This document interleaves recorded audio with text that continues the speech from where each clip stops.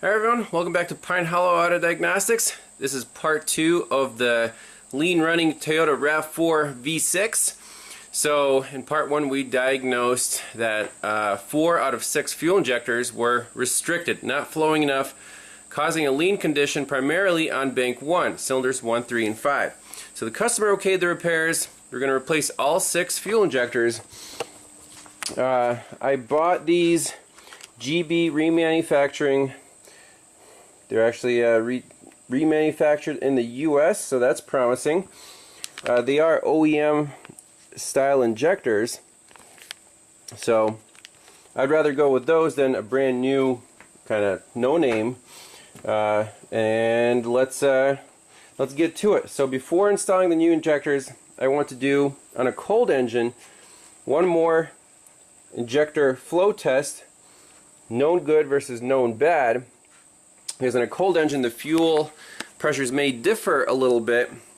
You know, when the fuel heats up in the rail, it kind of percolates, and the fuel pressure gauge won't be the same reading as on a cold engine. So basically, I want to get the readings cold before, and when we install the injectors, we'll flow test all of them and make sure they're all identical before buttoning up the engine. That way, we'll be confident in our repair. Also, another thing to note, if you remember, the fuel pump was bleeding down quite a bit. So let's pressurize it. Make sure we have no leaks. So 46 psi and off. You can see it drops pretty quickly. Now, the spec here is, let's take a look at the specifications. As fuel pressure, standard fuel pressure at idle is 44 to 49 psi. And then after 5 minutes, you want 21 psi or more. So this thing, I guess, by specifications, can bleed down quite a bit. You can see it's slowly bleeding down, much slower than on a hot engine. But let's do our drop test. So let's pressurize the pump again. Turn to off, and we're doing injector number 2. So we'll hit the button as soon as we drop to 40 psi. So I want to be consistent about the measurements here. So 41, and let's hit the button. Wow.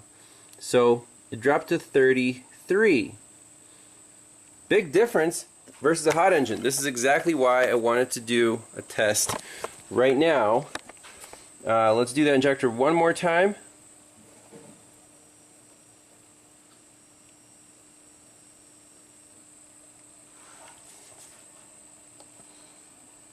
We'll wait till it drops to 40 and hit the button.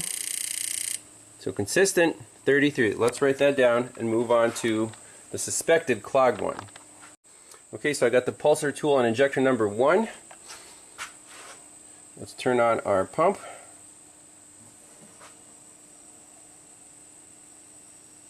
And off. We'll pulse it as soon as it drops to 40 psi. And pulse it. See, only 35. So that verifies that the injector is indeed clogged. So this is going to 35 cold. You can see this one used to drop 22 hot engine, cold engine 33. So we still got the right results, but I want to get these cold numbers to compare to the brand new or remanufactured injectors once we put those in. So now we can shut off the car and get to work swapping these injectors out. Alright, I have to leave this for a few hours, and look, we're still within spec, 21 psi, so I think it's still too early to recommend a fuel pump. It's pretty impressive that it's lasted 430,000 miles. Let's relieve the fuel pressure.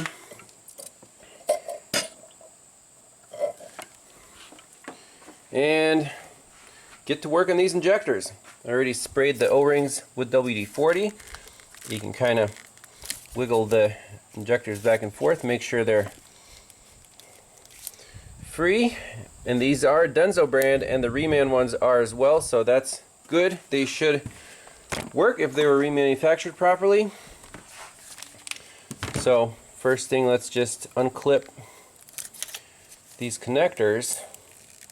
Now, I'm sure these might snap off, but no, they didn't. That's good news. You don't want to disturb the wiring harness too much since it's been heated and it's probably brittle.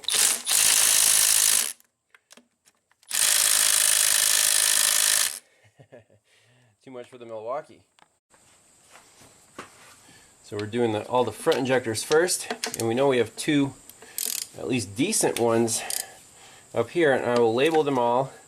We can save the two good ones for use as spares later.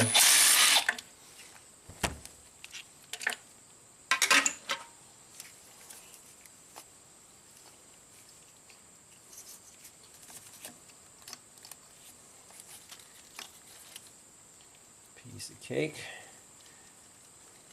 So injector number 2. A little stubborn. Here we go.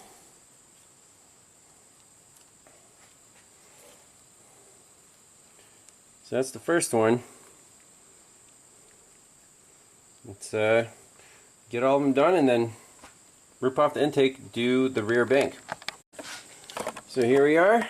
Got all the injectors out of the front bank, 2, 4, and 6. 6 is the only bad one, or clogged up one.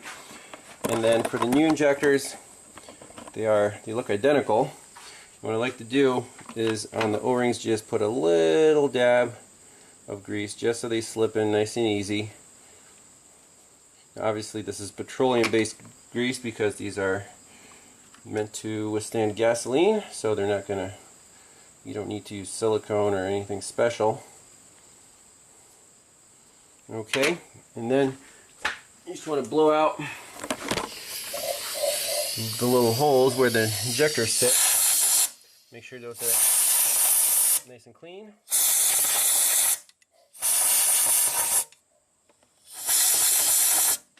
Okay. And let's just go back in reverse order. Slide these suckers in.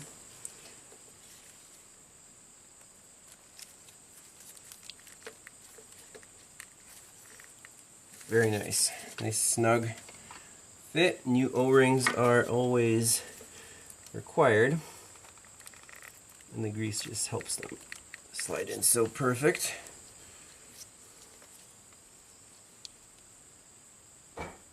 Okay. Now we just want to gently guide these down into their home.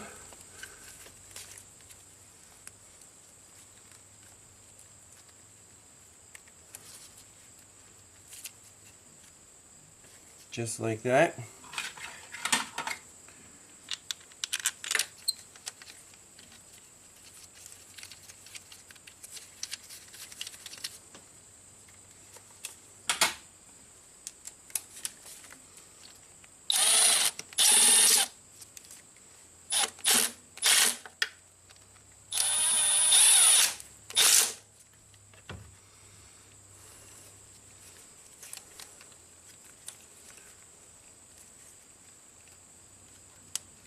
Make sure the plugs clip on very nicely.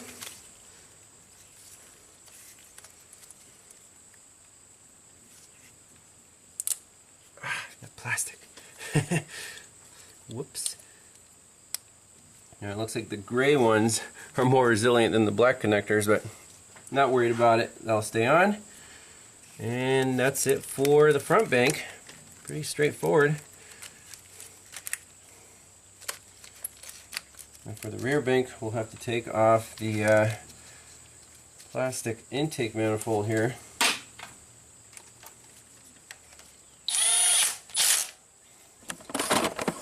And that shouldn't be as hard as a Lexus. So we got some hex bolts right here. And then I think there's a clamp back there. I already cleaned the throttle body. So this thing will be ready to fire up as soon as we put those injectors in. So let's evenly loosen up these 5mm hex bolts.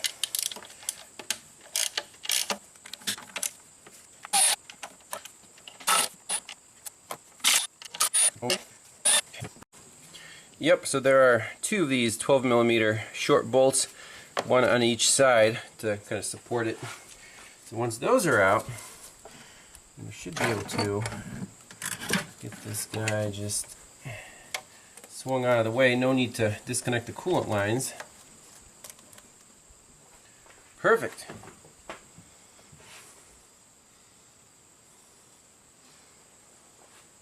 And you can see the owner or the other shop already replaced these rubber O-rings around the intake manifold, so we won't worry about those. Let's put some paper towels here and get that fuel rail off.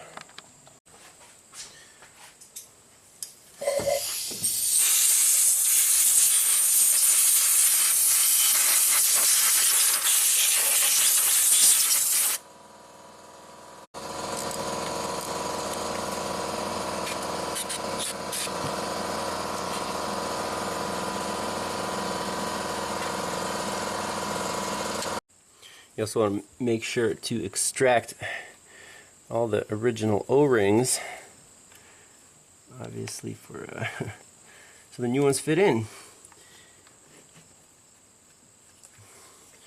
There we go.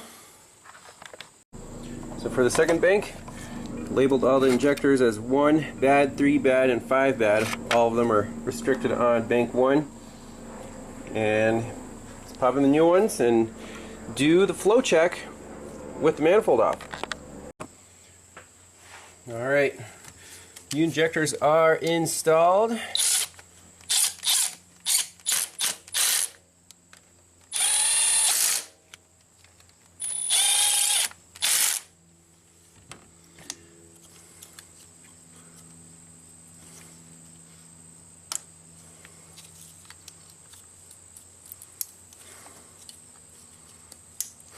Sweet.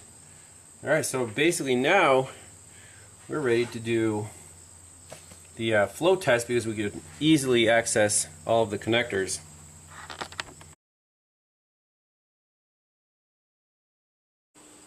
Alright, here we go. Tester's hooked up to injector number 1. Now there's air in the line, so let's turn on the fuel pump.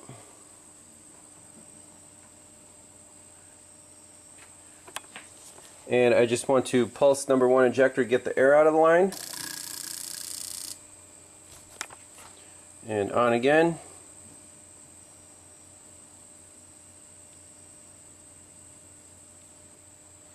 Wait until it gets down to 40. Actually, before we do that, let's pulse injector number 2.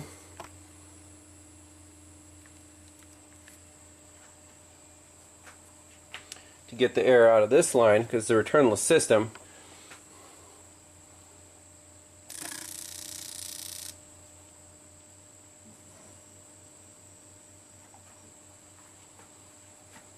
Okay, so let's just go in order. We'll do 246 first. We'll wait till it drops down to 40.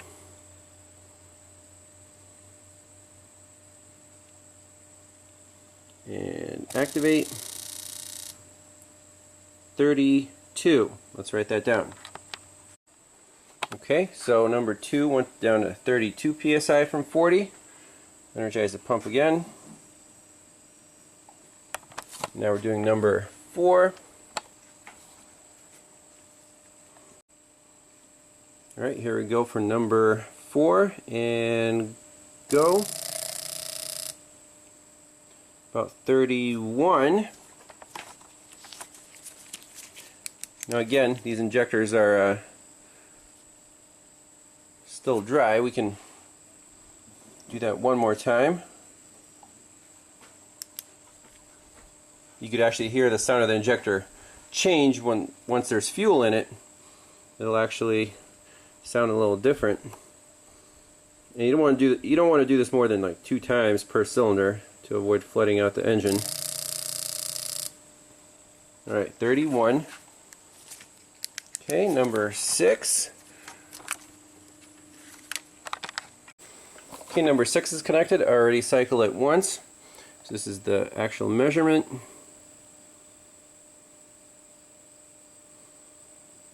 So we're going to go from 40,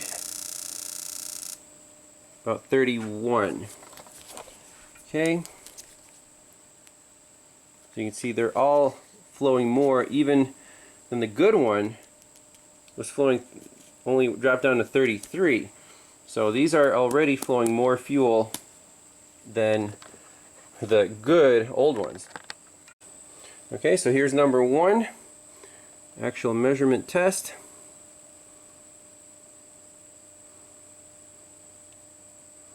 And pulse, 31. I like it, it's consistent. So 40 down to 31. Next in line is injector number 3. And we can just, you know, pulse it to get the residual air out, then pump it up. Now this is the actual measurement test. And go. Perfect. 31.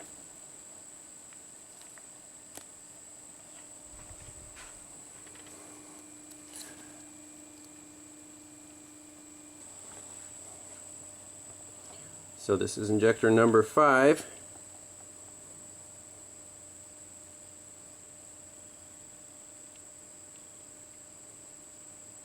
And go. A little less than 31.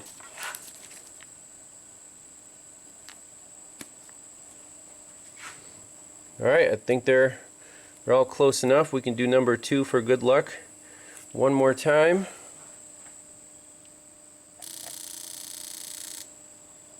Yeah, so 31 for number 2. There must have been a little air in the line or something. Perfect. That's it. Let's button it back up. So let's tighten down the surge tank. That's what it's called. So first I'll just lightly buzz them down. Then we'll take, the spec is 13 foot-pounds, so we'll just use the mechanics touch.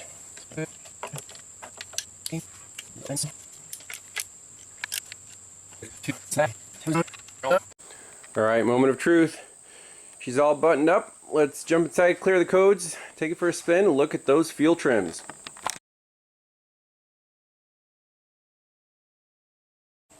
We got 19 codes in the engine computer since everything was unplugged, so let's clear DTCs.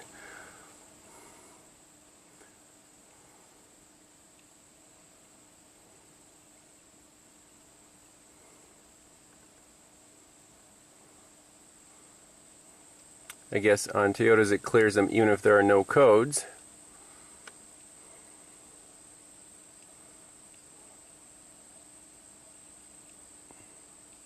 Alright, key off.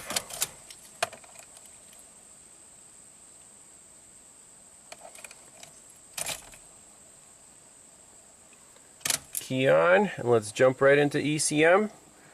Pull up the fuel trims and start this thing up to see how fast they stabilize. So you can see long-term bank 1 sensor 1 is still at 34%. So we could disconnect the battery to reset that. But let's start it up, see if it's smart enough to relearn here. So I'm going to open up the gas a little bit to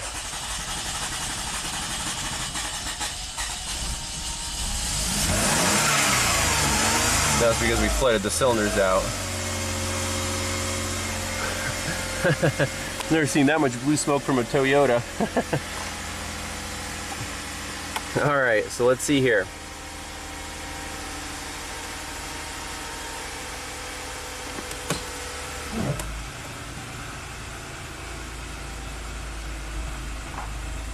Whew.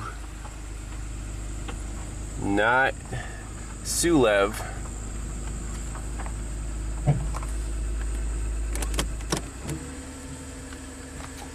So you can see bank 1, sensor 1 is running rich because of the learned fuel trim. And it's taking away as much as possible right now. So I don't know if it'll be able to relearn here because it was so maxed out before.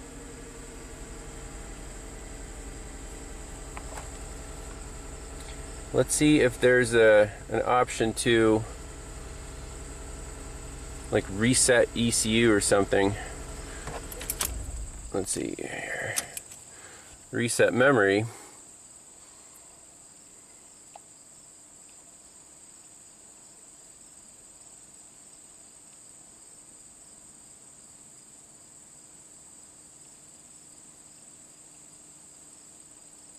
Please wait 45 seconds. Alright, so reset is complete. Drive vehicle and stop and go pattern for approximately 5 minutes. Switch off. Switch on. Okay. Back to data stream. And let me reselect the data PIDs because I didn't keep them. Dang, it's still at 34% on the long-term fuel trim.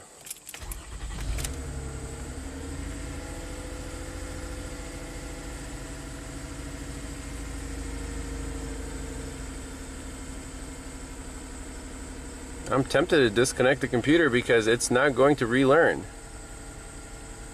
I mean, we could drive it, but well, the quickest thing to do here is just actually disconnect the engine computer.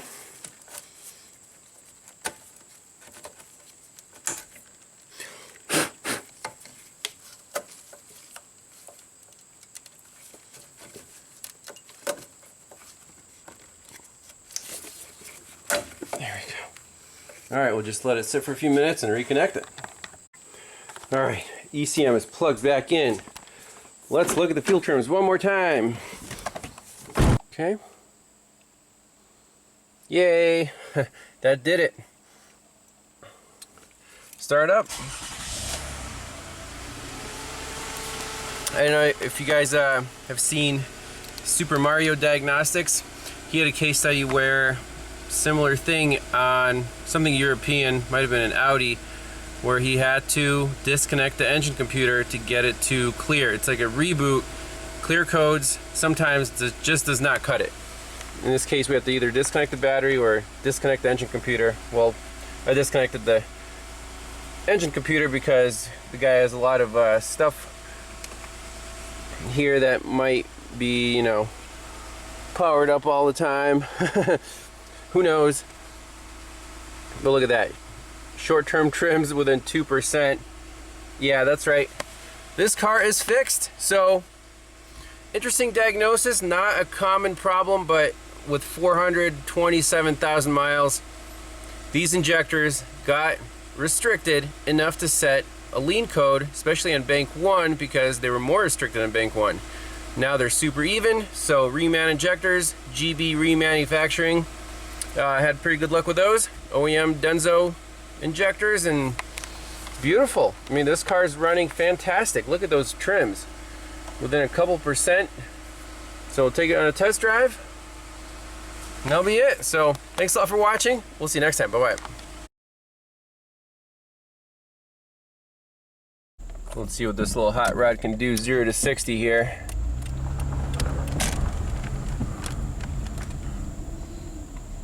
Ready? Woo!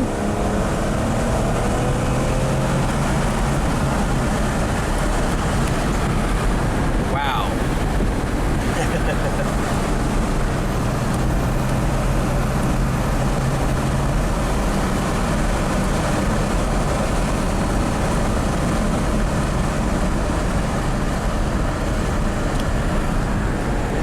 How's that for bonus footage?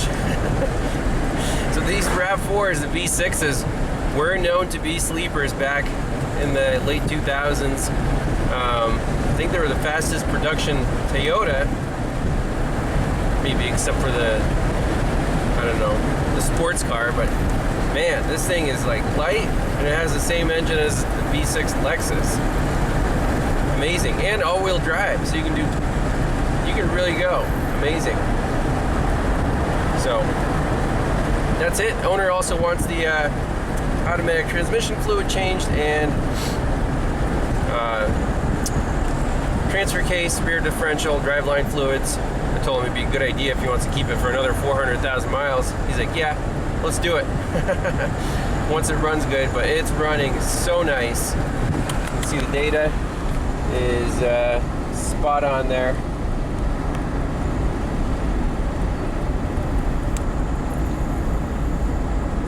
Fuel trims,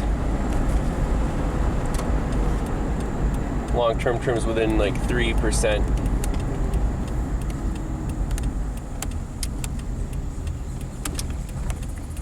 Let's look at the Lambda upper two graphs right here. Under load.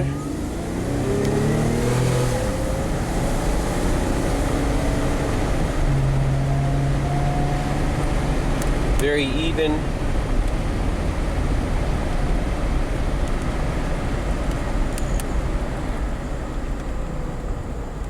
You can see the O2 sensors downstreams are staying rich during that wide open throttle, so perfect.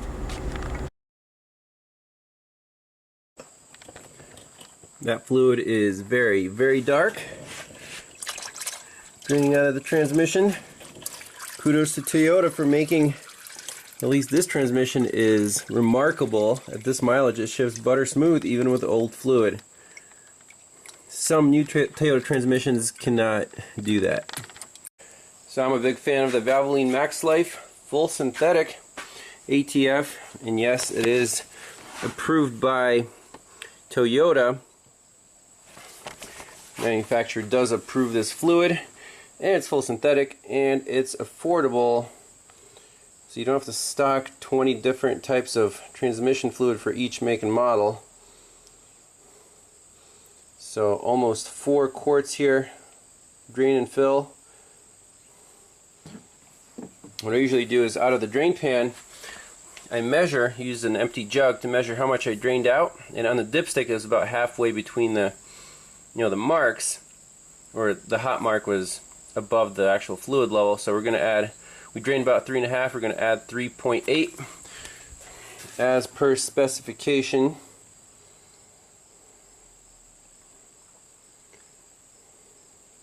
This thing will be happy with fresh fluids for sure. Well, place your bets now how bad the transfer case lube is going to look. It only holds half a quart, and I don't know if the guys ever changed it. Well, let's see.